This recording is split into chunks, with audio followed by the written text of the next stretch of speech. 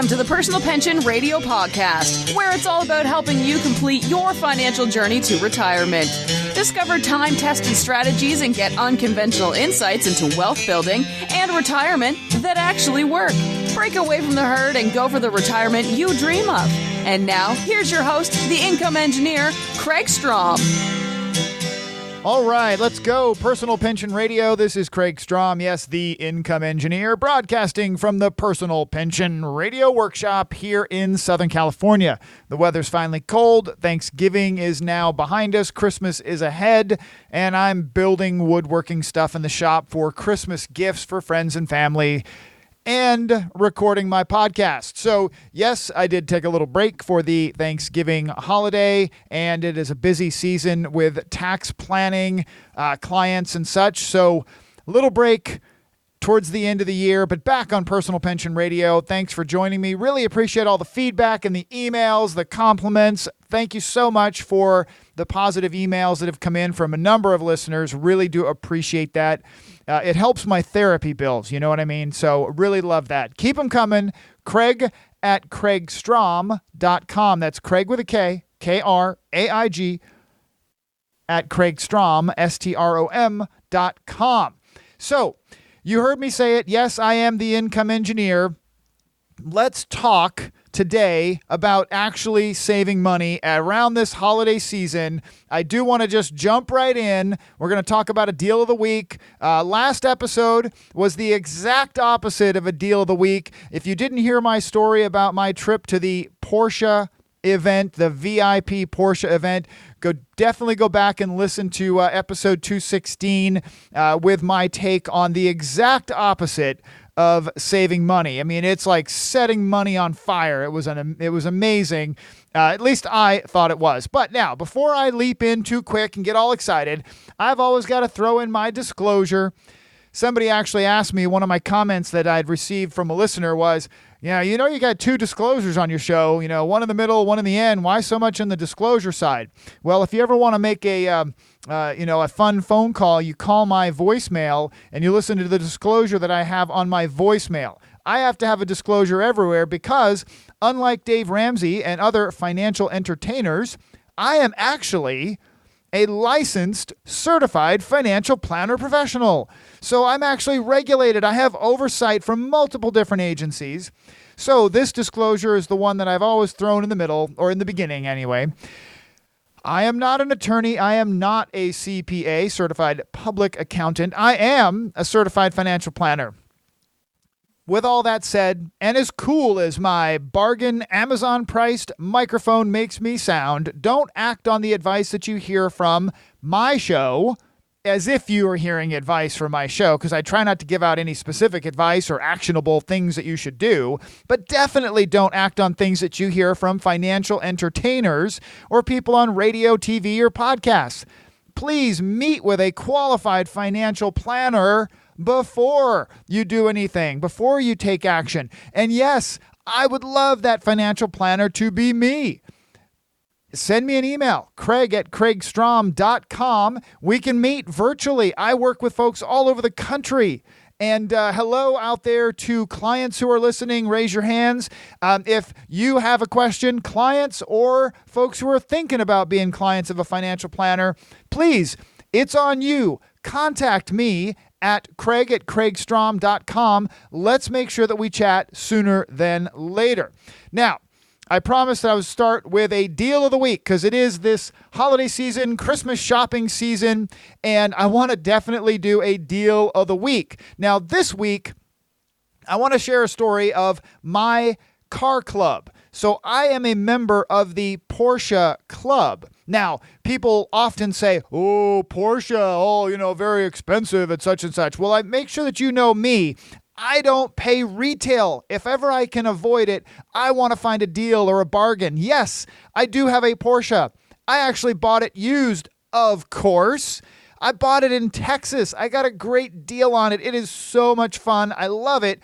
But I did not pay a lot of money for my Porsche. It looks super cool, but I didn't pay a lot of money because I just can't do that. I got a great deal on a higher mileage car, and I drove it back from Texas, and the car has been awesome, and I get so many compliments on it. So when I say I'm a member of the Porsche Club, I have not lost sight of the bargain shopper that is me inside. Now, my Porsche Club puts on an autocross program.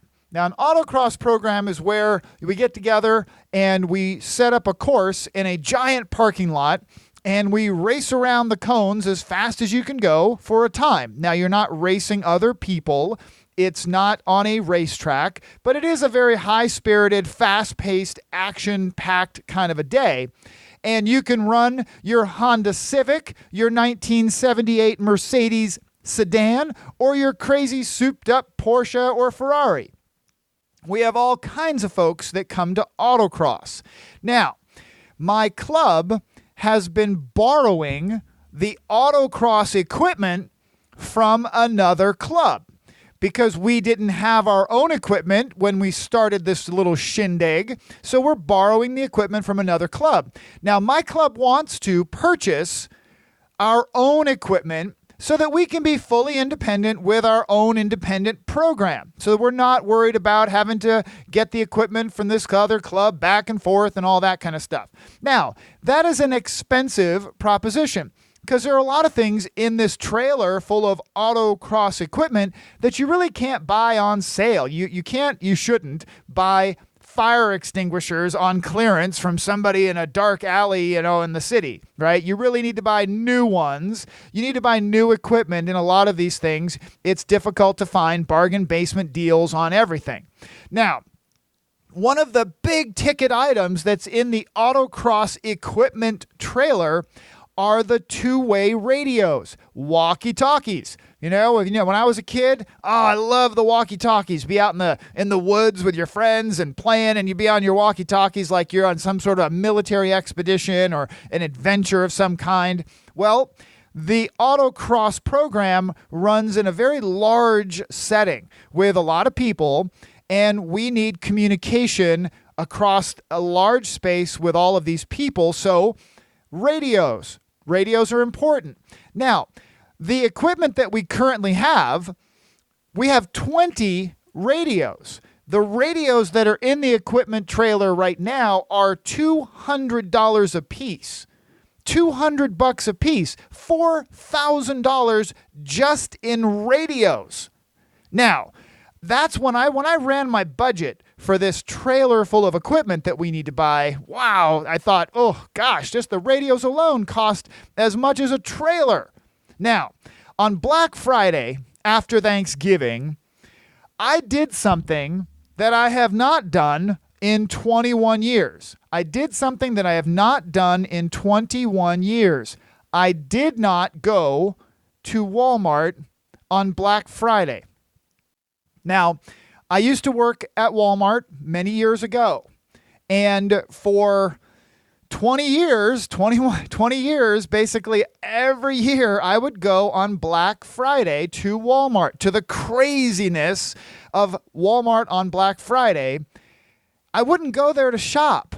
I would go there to walk around the store and be glad that I did not work at Walmart on Thanksgiving Day or evening or the day after Thanksgiving. It was really my way to be grateful for my work as an independent financial planner and my ability to be home with my daughter, my wife, and I would go to Walmart and just roam around just for a little bit and kind of enjoy the excitement, and then I would leave. So for the first time in 21 years, I did not do that. I didn't go to Walmart. So I was in my shop working on Christmas gifts, and I took a break to check Amazon for the Black Friday deals. So I actually sat down at my desk and I looked at Amazon Black Friday specials, and lo and behold, there were radios on the list of lightning deals available. Lightning deals are specials that are even more special on Amazon at a particular time, and they usually only run for a certain amount of time, and then the deal is gone. So I saw two-way radios. Now, I purchased two sets 10 radios in each set, so 20 radios. I purchased 2 sets for $78 each. Not $78 for each radio, but 10 radios for $78. 20 radios for $160. Now, I was skeptical. Like, what kind of quality am I going to receive? Well, the radios arrived, so I only opened 2 of the radios so that I could test them, because I thought for sure, these things are going to be crap. I'm going to have to take them back or send them back.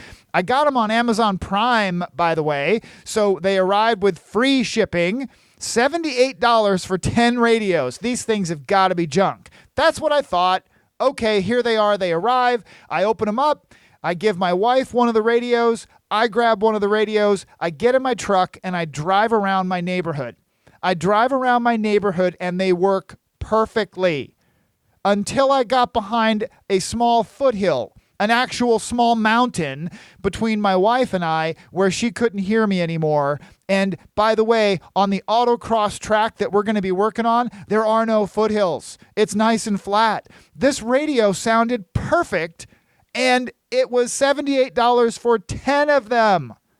10 of them, folks. That was amazing. So here's how it worked out.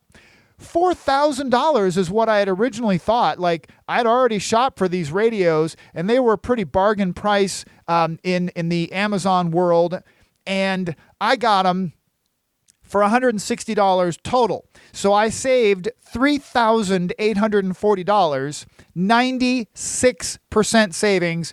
That is an awesome Black Friday deal. All right, so much for Deal of the Week. Yes, I did save some money on some other items, but that was the big ticket, so love it. Now, segment 1, watch your step. The last time, on the last episode, I shared something with you just to make sure that you're thinking about it from a retirement income perspective. Remember, the economics of retirement income are very different than accumulating and saving and growing for retirement. Investing and saving and accumulating wealth is all good, but the economics of retirement income distribution completely different. I was teaching a room full of CEOs, and now these are CEOs running, some of them, $10, $15, $20 million companies. They're doing pretty darn good. And I asked the room, I said, hey, anybody know what the 4% rule is? 4% rule? No, nobody. Anybody know what sequence risk is? No, nobody. Reverse dollar cost averaging? No. I went through multiple tax saving strategies for people that can qualify for these tax saving strategies. You have to have a certain amount of income and net worth, and this whole room qualified for these tax strategies. You know what? No hands. No hands went up. Well, that's not true. One hand went up on one of the tax strategies. That's it. This was a room full of CEOs running multi-million-dollar plus companies, and only one hand went up when I covered a tax strategy, and the rest of it, retirement income planning, the economics of retirement income planning, zero response. Nobody knew what I was talking about. As an example, the 4% rule. If you meet with your financial professional and the financial professional says the 4% rule in some fashion that says, for example, well, congratulations, Mr. and Mrs. Smith, you've got $1 million in your 401k account. For your retirement plan, you really should probably follow the 4% rule, or maybe be careful about your distributions, and we should start with a 4% distribution. Whoa, wait a minute, what? I have $1 million in my account, and you're telling me that I should only take out $40,000? Well, yes, the 4% rule is it's a good rule of thumb when it comes to income, just so that we can make sure that the uncertainties of the ups and downs of the market, that you have a better chance of not running out of money. The 4% rule. Folks, retiring on the 4% rule, that has been the standard advice for decades. Decades. You've got to ask questions beyond that. Understanding sequence risk, reverse dollar cost averaging, understanding the alternatives to the 4% rule. Please take a listen to that. But more importantly, this is not a show about specific solutions to retirement income. Somebody said that once in a comment I read a few episodes back. Well, you don't give any real information or actionable advice, and well, I can't. because I need to meet with each individual client or couple to make sure that I fully understand their situation. What I want you to hear as the listener is that if you're not hearing from financial professionals about how to plan for sequence risk, how to avoid the 4% rule, how to take advantage of tax strategies you've never heard before, well, that's where I come in. My hand is always raised. I am always willing to see if I can help. But in order to do so, we've got to actually meet to talk about your specific situation. That's why you send an email to Kraig@kraigstrom.com, and we get together that way. Now, I also mentioned in the last episode that not all limited liability companies are created equal. If you think your limited liability company that you got on some cool radio show advertising in Nevada is your go-to forever done LLC solution, you might be wrong. The asset protection provided by generic LLCs is not always as good as people think it is. So please check that. Now, this time, I want to say in watch your step fashion, please don't get sucked into the retail hype. I know it's so hard. The retail hype is everywhere. It starts in September to get ready for Christmas, right? Please take a step back from that purchase that you're about to make and Google it. I mean, at the very least, grab your cell phone, your smartphone, and Google the item you're about to buy, right? Even things like this. I was going to go to a franchise expo. Well, I did. I went to a franchise expo in Long Beach, California yesterday, the day after I'm recording this episode. And the franchise expo was interesting to me largely because I'm interested in just the franchise model in general, but we have a lot of clients in our firm that own franchises, multiple franchises. We have investments in my investment work that actually are in the franchise space, right? So the franchise world is something that I was interested in. I've always been interested in. I wanted to see what the franchise expo looked like. Now, before I paid $20 for a ticket, $20 to go to the franchise expo, which I thought was a little ridiculous because the franchise expo, I'm sure, is going to be full of people wanting to sell me a franchise, right? I Googled it. And in a matter of seconds, absolutely seconds, like 5 seconds or less, it took me to type it in. I Googled it, and bam, I had a free admission offer for that exact same event. Went there, whammo, in about a minute. I had a picture of my ticket. I saved $20. I saved $20. Of course, I spent a good portion of that on gas here in California, the highest priced gas in the country. We are number one. Awesome. Now, I saved my $20 because I took just a quick moment and I Googled it. And it was really good that I did that because the expo was totally lame. It really wasn't any good. I was actually kind of baffled at how small and how bad it was for a big venue like the Long Beach Convention Center, that this is the franchise expo. Oh my gosh, I'm so glad I didn't pay $20 for it because I had to pay $15 for parking. Yay, we're also the highest priced parking after New York. So I think we're number 2 after New York. Now, that's it. Take a moment, Google it. Right? Absolutely take a moment to Google it. Watch your step before you go out and just blow your money. You might just be spending way too much and you could have found yourself a bargain in a matter of a millisecond, right? Now, finally, I want to move on to the second segment of my show has always been listener questions, feedback, or my own personal observations. And today, I want to share something about it's really personal to me. It's this comparison between Walmart and Amazon. Amazon and Walmart. And the reason I want to share this and the underlying moral of the story is to hopefully convince you to step back away from the hype, whether it's the hype to buy this product or that product or this investment or that investment, or that this is the solution to this and the solution to that. Whoa. Take a step back and really analyze it from a critical perspective after you've taken a bit of a breath, right? Because I had this conversation. It kind of was a little bit of an argument. I was at a holiday business meeting, and somebody heard that I had worked for Walmart, and the question was something like, hey, how do you feel about Amazon taking over Walmart? And eventually, the Amazon will be the dominant retailer and such. And I don't work for Walmart anymore. As you already heard, 20 plus years ago, I had worked for Walmart for 9 years. I was part of the management team that brought Wally World, that's what I used to call it, to the final frontier in the U.S., which was California, right? So I was part of the team that brought Walmart to California. And man, Walmart just dominates the landscape today in California, just like everywhere else. It's pretty incredible. And I left Walmart many, many years ago because they really did beat me up. Oh, man. As a management team member for Walmart, your job is just sometimes it's grueling, absolutely grueling. So if I have listeners out there that if you work for Walmart, if you're part of the management team, I feel you. I totally understand. The holiday season at Walmart was basically right around October. You'd go to 6 days a week. Part of the management team, 6 days a week, and you might rotate into evenings, midnight shifts, depends on your seniority. You might be opening the store on Thanksgiving Eve, getting ready for Black Friday. You have to be there at midnight to let people in back in my days, right?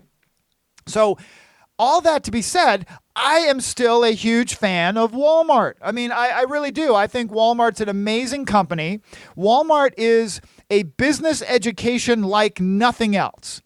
An education like nothing else. Each store is operated much like its own individual business enterprise with sales ranging from, hear this, ranging from $50 to $100 million plus each year.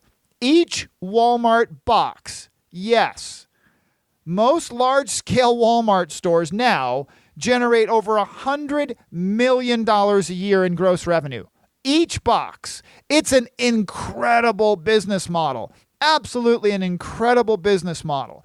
This idea, though, that was posed to me by someone at this business event / holiday Christmas type party was that Amazon's taken over the world and will eventually, surpass Walmart.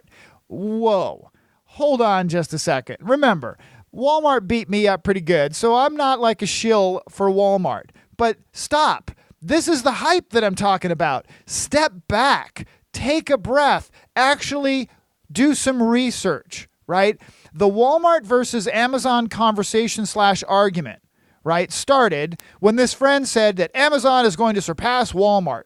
They cited all of these distribution centers that they've been seeing going up here in Southern California, right? And they said Amazon also purchased Whole Foods to compete with Walmart. Now, let's just be clear, okay? Here in Southern California, yes, we have had this flurry of Amazon distribution centers built in Southern California. It's actually kind of insane that within just an hour of where I live, there's probably 5 or 6 million square feet of Amazon distribution centers. It's crazy. Kind of boggles my mind how they can continue to build these Amazon distribution centers. And it really boggles my mind how they can continue to build these Amazon distribution centers when Amazon makes very little profit. That's an important thing to remember. You hear people talk about, oh, this investment or that company is better than this company. Oh, they're going to take over the world. Really? Are they really? How about this one? I mentioned it on my podcast maybe a few months ago that Tesla Motor Cars was in the news that they had sold more cars than Mercedes-Benz in a particular quarter. A quarter of the year, they sold more cars than Mercedes-Benz. And my comment was, so what? They lost money on every single car, and they still lose money on every single car they sell. So if Mercedes-Benz makes a profit on every single car they sell, maybe it's possible that they're not going to be able to compete with a company that loses money on every single item they sell, right? So step back away from the hype and ask some questions. So here's my little Walmart tribute, kind of defending the old job, Walmart versus Amazon. So let's just take a look. Amazon distribution centers in the United States currently, maybe actually worldwide, I don't remember this number, but it's 175 distribution centers, 175 distribution centers for Amazon. That's quite a few. They purchased Whole Foods stores, the chain of stores. They have about 500 Whole Foods stores worldwide. All right, now, let's think about Walmart. What is an individual Walmart store in a community? Isn't that essentially a distribution center? A distribution center that's anywhere from 80 to 150,000 square foot distribution center, right? It is a Walmart store. It's got, 90,000 items in it, and it's just there and ready to be picked up. It is said that there is a Walmart store within 10 minutes of 90+% of the population in the United States. So the distribution center is right down the street from your house. Insert Target in there, and then it gets even crazier. But let's just focus on Wally World. Remember, Amazon, it's going to dominate the world. Look at Amazon, it's going to take over the world. Whoa, whoa, whoa. They have 175 distribution centers. In the U.S., Walmart has 5,358 stores. 5,358 stores. In Mexico, they have 2,500 stores. Combined, U.S., Canada, and Mexico, 8,268 stores. That's a whole lot of distribution centers. And here's the next crazy idea. Remember what I said about Tesla bragging about car sales in the quarter? So what? Amazon profit for 2018. They finally have gotten into the point these last 2 years. 2017, they finally made a profit, about $3 billion. And in 2018, they hit a $10 billion profit. Okay? Walmart's 2018 profit, $126 billion. $10 billion for Amazon, $126 billion for Walmart. I share all this to make this point. Don't get sucked into the hype. Take a step back, take a breath, like, whoa, whether it's retail sales hype, don't miss this deal, or whether it's Tesla is the greatest thing ever hype, they lose money on every car, or Uber's the next big thing hype. Well, I'm going to take advantage of Uber and Lyft and Amazon for as long as the prices continue to be subsidized by venture capital, by government funding. Frankly, that's how Uber and Lyft and Tesla survive. That's how they continue to be able to sell cars or products at the prices that they sell them at.